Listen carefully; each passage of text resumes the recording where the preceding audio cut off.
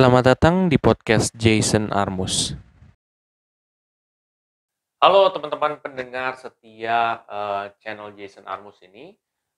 Jadi mungkin teman-teman yang ada di rumah atau mungkin gue nggak tahu kalian ada di mana ya.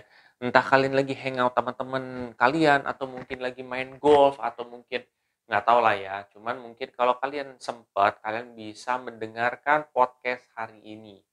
Nah, jadi podcast hari ini gue bakal ngebahas soal hal penting juga sih tentang uang. Uang itu gini loh. Uang itu kalau kita lagi punya, terkadang kita tuh terlalu underestimate uang itu sendiri. Tapi ketika uang itu hilang, kita tuh bener-bener susah untuk nyarinya. Kenapa sih bisa kayak gitu? Kadang-kadang lo sadar nggak sih ketika lo ada 2.000 atau 3.000 yang tiba-tiba ada di rumah lo atau di ruangan lo mungkin ketika lagi ada banyak duit, lo kayak ya udah taruh aja sembarangan. Tapi ketika lo udah kagak ada duit, ya, duit 2.000 atau 500 recehan di dalam pojok atau mungkin di dalam tas kalian, itu lagi dicari bener-bener gitu. Kenapa sih bisa begitu? Karena konteksnya gini, kita terlalu meremehkan uang itu sendiri. Sebenarnya konsep akan uang ini bukan masalah uangnya.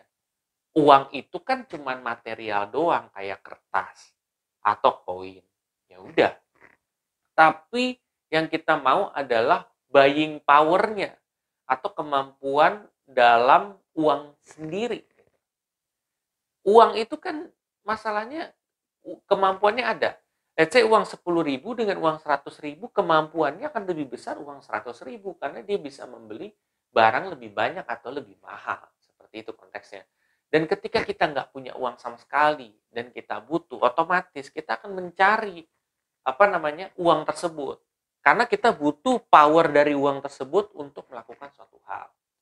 Nah, pesannya di sini adalah jaga uang kalian dengan cara kalian bisa memaksimalkan penggunaan uang itu sendiri.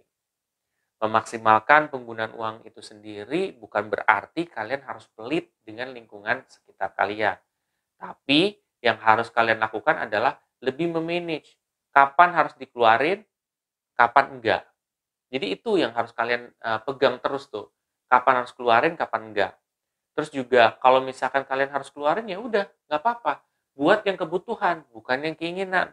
Keinginan boleh kalau kalian sudah bisa ngebudgetin nih. Tapi kalau kalian belum bisa, kalian harus tanya atau jujur pada diri kalian sendiri.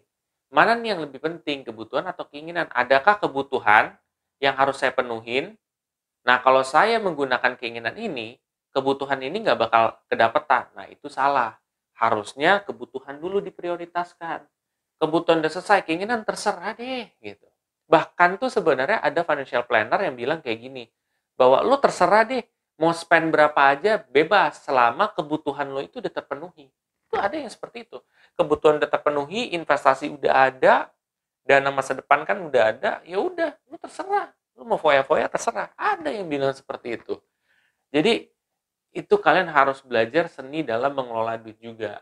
Jadi ketika kalian misalkan duit itu udah sedikit, kalian pun ya kemungkinan bukan duit sedikit sih, kemungkinan duit lo akan ada terus kalau lo bisa memaksimalkan nilai akan uang tersebut gitu loh. Spend what you have to spend. Kalau emang lo harus keluarkan, keluarkan. Kalau enggak, enggak. Terus lo juga harus cari duit lebih banyak lagi. Lo mungkin part-time job. Kalau lo nggak part-time job, mungkin lo nge-YouTube. Mungkin lo ngapain gitu kan. Bisa. Sampein ilmu yang lo punya yang orang lain nggak punya. Saling sharing aja.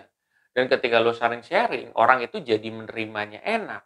Dia akan nonton terus atau mungkin dia akan coba untuk cari informasi karena lo juga gitu. Dan ya ujung-ujungnya kan uang sama value itu seperti itu.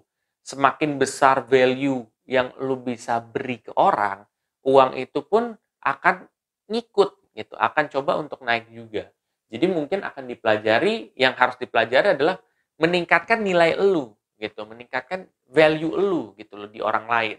Ketika value lo udah nambah, uang harusnya datang kepada lu dan sisanya lu juga yang manage gitu. Gampangnya seperti itu. Jadi mungkin ini sih sekian omongan gue tentang uang. Mudah-mudahan ini bisa bermanfaat buat pendengar setia gue juga yang lagi dengerin sekarang. Gue nggak tahu lagi di mana kalian. Cuman bisa memanfaatkan uang itu suatu hal yang bagus. Karena orang kaya bisa jadi miskin kalau seandainya dia tidak bisa mengelola uangnya dengan baik. Contoh, Mike Tyson. Mike Tyson kekayaannya itu 3 triliun apa 5 triliun. Tapi dalam seketika, boom, hilang semuanya duitnya. Kenapa? Karena dia tidak bisa manage keuangan dengan baik. Jadi teman-teman semua yang lagi dengar sekarang, manage-lah uang dengan baik, carilah uang ya semaksimal mungkin.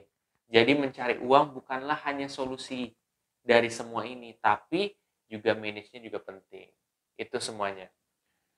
Oke, kalau kalian merasa pembicaraan ini sangat bermanfaat, please share konten ini ke teman-teman kalian supaya mereka juga dapat manfaat yang sama.